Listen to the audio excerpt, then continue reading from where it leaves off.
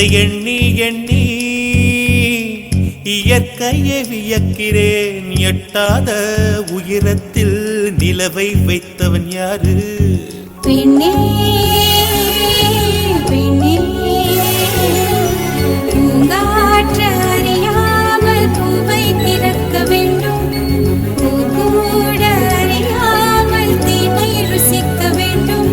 ஆன உலகை ரசிக்க வேண்டும். நான் உன் போன்ற பெண்ணோடு